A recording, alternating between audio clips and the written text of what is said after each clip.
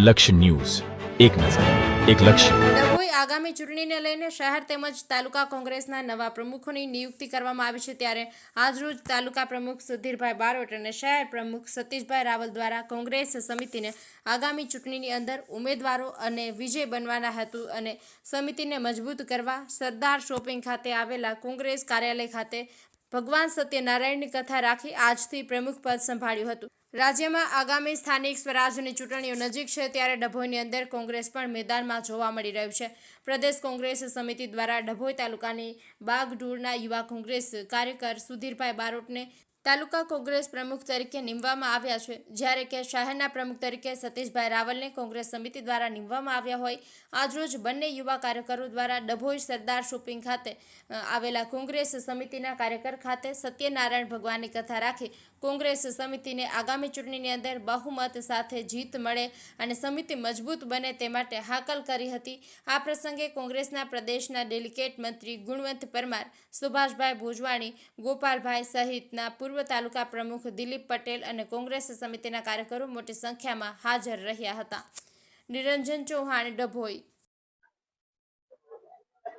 આજ રોજ પ્રદેશ કોંગ્રેસ સમિતિ દ્વારા સંગઠન સુધાર અભિયાન અંતર્ગત અમને જે જવાબદારી સોંપવામાં આવી છે તાલુકા અને શહેર પ્રમુખ તરીકે, તે બદલ અમે પ્રદેશના નેતા શ્રી અમિત ચાવડા સાહેબ તથા સિદ્ધાર્થભાઈ સાહેબનો ધન્યવાદ અનુભવીએ છીએ. તદ ઉપરાંત અમારા જિલ્લા પ્રમુખ શ્રી નો પણ ખૂબ ખૂબ આભાર માનીએ છીએ, જસપાલસિંહ પઢિયારનો.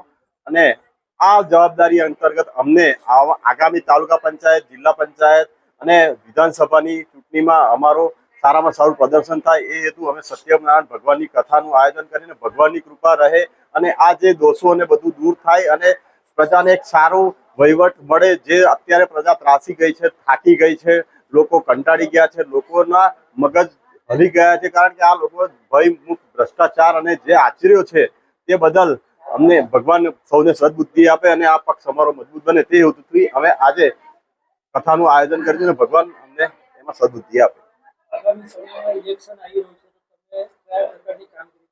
આગામી સમયમાં અમે પાયાથી મજબૂત કરીશું, પાયાથી અમારું સંગઠન મજબૂત કરીશું અને જે કંઈ કરવા જેવું હશે, કોઈ પણ અમે જે વહાલા દમલા નીતિ વાગ્યા સિવાય, નાત જાતના ભેદભાવ સિવાય અમે સૌ જે સારું કાર્ય કરશે અને આગળ લાવીશું અને અમારું સંગઠન મજબૂત કરીશું અને પ્રજા એક સારી સુખ શાંતિ મળી રહે એના પ્રયાસ કરીશું. આજે ડભોઈ તાલુકા કોંગ્રેસ સમિતિ આયોજિત સત્યના વિજયની શરૂઆત થઈ ગઈ અને એ સત્ય એવો હશે કે જે લોકશાહીનું અત્યારે પતન થઈ રહ્યું છે એનો સૂરજ કદાચ ડભોઈ તાલુકાના શહેરમાંથી શરૂઆત થશે. એવા મારા નવયુવાન તાલુકા કોંગ્રેસ સમિતિના પ્રમુખ ભાઈ શ્રી સુધીરભાઈ, શહેર પ્રમુખ ભાઈ સતીશભાઈ રાવલ, એ બે નવયુવાનને જ્યારે પ્રદેશ સમિતિના આગેવાન તરીકે અને આ તાલુકાનો વાલસોયા દીકરા તરીકે હું એની શુભેચ્છા પાઠવવા આવું છું.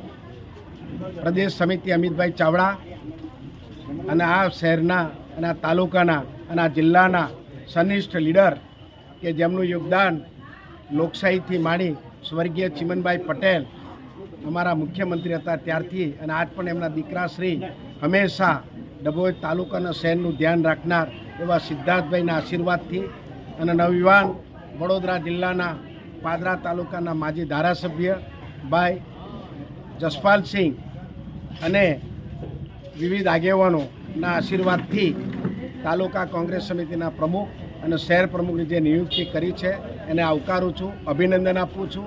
આવતા દિવસોમાં આ તાલુકો અને આ શહેર હંમેશા કોંગ્રેસના કટિબદ્ધ કાર્યકરો છે અને રહેશે એવી મને અપેક્ષા છે.